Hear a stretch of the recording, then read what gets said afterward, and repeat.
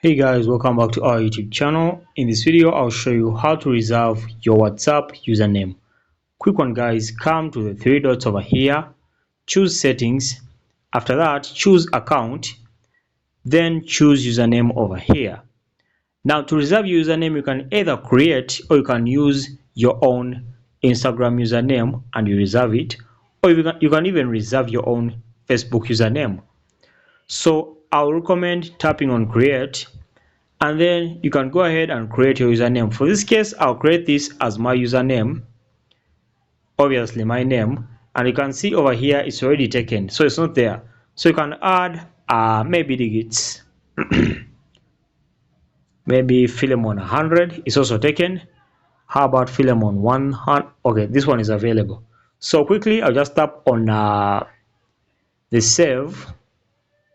Actually, let me choose this and you tap on save. Once you tap on save, you'll have reserved your username on WhatsApp.